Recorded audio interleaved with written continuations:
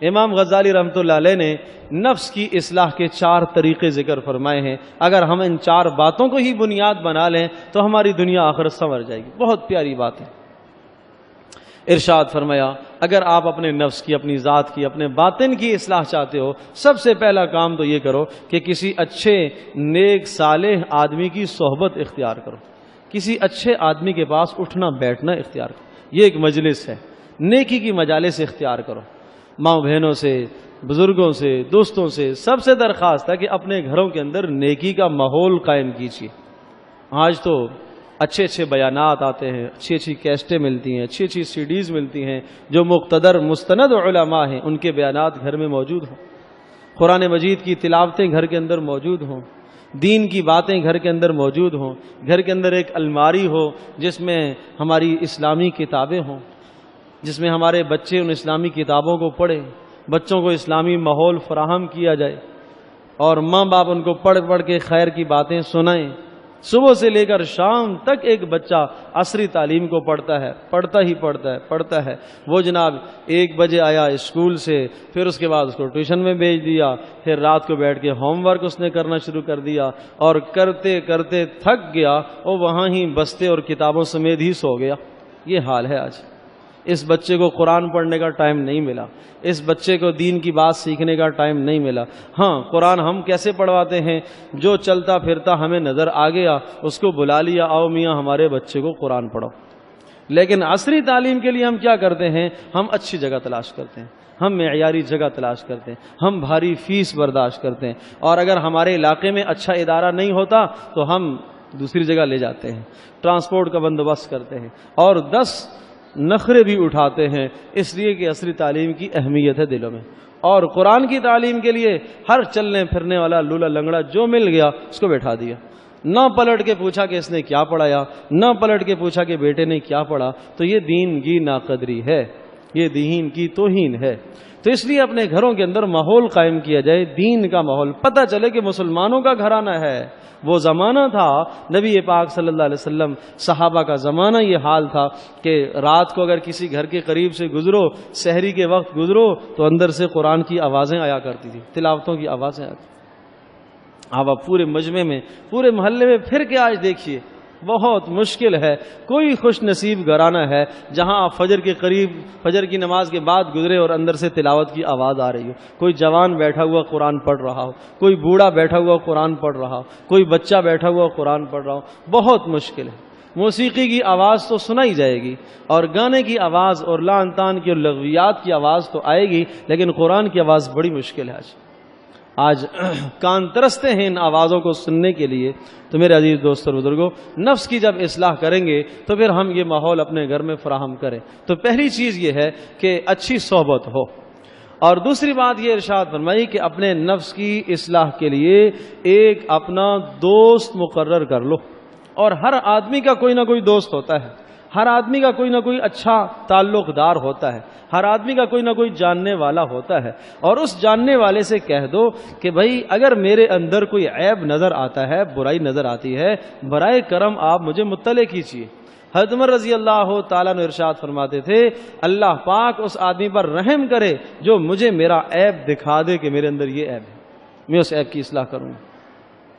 رسول پاک صلی اللہ علیہ وسلم کا فرمان ہے المؤمن مرآت المؤمن، ایک مومن دوسرے مومن کے لیے آئینہ ہوا کرتا ہے. آئینے میں دیکھ کر چہرے کے داغ دبے نظر آیا کرتے ہیں. مسلمان کو دیکھ کر ہدایت پکڑا کرتا ہے. تو اس لیے فرمایا کہ کوئی اچھا دوست اپنا منتخب کر لو. اور خواتین میں بھی یقیناً تعلق داریاں ہوتی ہیں، ہمدردیاں ہوتی ہیں، اور اپنی سہیلیوں کو بتا دیا جائے میرے اندر کوئی برائی نظر ہے مجھے فوری بتاؤ، فوری مطلع کرو. اور سامنے والا جب مطلع کرے دل و جان سے آدمی قبول کرے ہاں جی میں اس کی اصلاح کرتا ہوں. اور یاد رکھیے برائی پر مطلع کرنے کا طریقہ یہ نہیں ہے 6 آدمیوں کے سامنے اس کو ذلیل کیا، نہیں. برائی پر مطلع کرنے کا طریقہ یہ ہے اس کو تنہائی میں لے کے بتاؤ. آپ پہلے یہ بتاؤ کہ میں آپ کا خیر خواہ ہوں، میں آپ کا خیر خواہ ہوں. یہ اچھے اخلاق کی علامت ہے کہ انسان تنہائی میں لے جا کے اسے سمجھائے. حضرت لقمان حکیم سے بیٹے نے پوچھا کہ ابا جان یہ بتائیے کہ اگر ایک کسی انسان میں سب سے بہترین خوبی تلاش کی جائے تو کون سی خوبی ہے؟ تو فرمایا سب سے بہترین خوبی کہ آدمی دیندار بن جائے. فرمایا اگر یوں کہا جائے کہ اس خوبی کے بعد دوسری خوبی کون سی دیکھی جائے، اگر کسی میں دو خوبیاں ہم تلاش کریں تو کون کون سی؟ فرمایا دینداری اور مالداری۔ مال کہا، مال کیوں؟ کہا اس لیے کہ مال کے ذریعے سے بہت سارے خیر کے کام کر لے گا، نیکی کما لے گا مال کے ذریعے سے، آخرت بھی کما سکتا ہے، فقراء پر خرچ کر سکتا ہے، مالی حقوق ادا کرے گا تو آخرت کمائے گا۔ کہاں اگر تین خوبیاں کسی میں دیکھی جائیں تو پھر کون سی دیکھی جائے؟ فرمایا مال، دین، اور فرمایا مال، اور تیسرا ارشاد فرمایا حیا داری، پاک دامنی حیا داری۔ فرمایا اگر چار خوبیاں تلاش کی جائیں تو پھر کون سی دیکھی جائیں؟ تو ارشاد فرمایا کہ دین، مال، حیا، سخاوت۔ پھر فرمایا اگر پانچ خوبیاں دیکھی جائیں تو کون کون سی دیکھی جائیں؟ فرمایا پہلی وہی دین، اور پھر مال، اور پھر حیا، اور پھر سخاوت، اور پھر اس کے بعد اچھے اخلاق۔ پھر بیٹے نے پوچھا کہ اگر 6 خوبیاں دیکھی جائیں تو کون سی ہوں؟ فرمایا بس سمجھ لو جس میں یہ 5 خوبیاں پائی گئیں اس میں ساری خوبیاں آ جائیں گی، اس میں سب کچھ آ گیا۔ وہ مومن ہے، وہ تقی ہے، وہ نیک ہے، وہ صالح ہے، سب خوبیاں اس میں آ گئیں جس میں یہ 5 صفات پائی جائیں۔ تو ہم بھی اپنے اندر پیدا کرنے کی کوشش کریں۔ تو امام غزالی رحمۃ اللہ ارشاد فرمایا کہ انسان کی اصلاح اور نفس کی اصلاح کا طریقہ یہ ہے کہ آدمی کسی اچھے دوست کا انتخاب کرے۔ اور تیسری بات جو ارشاد فرمائی وہ یہ ہے، فرمایا لوگوں کو دیکھتا رہے۔ کیا کرتا رہے؟ دیکھتا رہے۔ اگر کسی شخص میں کوئی برائی اسے نظر آتی ہے، اپنے اندر غور کرے یہ برائی میرے اندر تو نہیں ہے، اگر میرے اندر وہ ہے اس کی اصلاح کرو، نہیں ہے تو اللہ کا شکر ادا کرو۔